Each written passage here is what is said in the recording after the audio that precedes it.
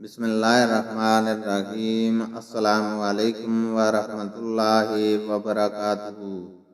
حدیث نبی صلی اللہ علیہ وسلم ہے، یہ واقعہ بیان کیا جو پہلے گزر چکا، اور شعبہ نے اپنے ہاتھوں کو زمین پر مارا، پھر انہیں اپنے منہ کے قریب کر لیا اور پھونکا، پھر ان سے اپنے چہرے اور پونچھوں کا مسح کیا۔ اور نضر بن شمیل نے بیان کیا کہ مجھے شعبہ نے خبر دی حکم سے کہ میں نے زر بن عبداللہ سے سنا، وہ سعید بن عبد الرحمن بن ابزہ کے حوالہ سے حدیث روایت کرتے تھے۔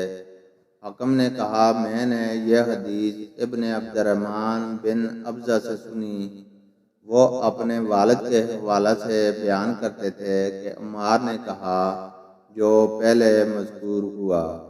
اللہ تعالیٰ سے دعا ہے کہ وہ ہمیں قرآن اور حدیث کو سننے، سمجھنے اور اس پر عمل کرنے کی توفیق عطا فرمائے، آمین۔